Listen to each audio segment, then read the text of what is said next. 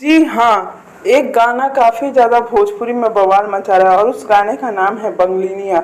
और उस गाने पे अक्षरा सिंह जी, हमारी अक्षरा सिंह ने ऐसा धमाका किया है कि लोग भौचक्के रह गए हैं। आपके लिए बाद में वीडियो ऐड करूँगी और मैं ऑडियो नहीं सुना सकती क्योंकि इस समय कुछ मजबूरियां हैं जो हम ऑडियो नहीं लगा सकते। लेकिन अगर आप जाकर देखेंगे तो अक्षरा सिंह के इंस्टाग्राम पे देख सकते हैं कि जादव जी के गाने पे अक्षरा सिंह ने कैसा धमाकेदार डांस किया है और अक्षरा सिंह का यह सोशल मीडिया पे काफ़ी ज़्यादा बवाल मचाया हुआ है। तो आपको अगर वीडियो अच्छा लगा होगा तो वीडियो को लाइक कर दे और आपके लिए आगे वीडियो है, देखे कैसे अक्षरा सिंह बवाल मचा दी है खेसारी लाल के गाने पे।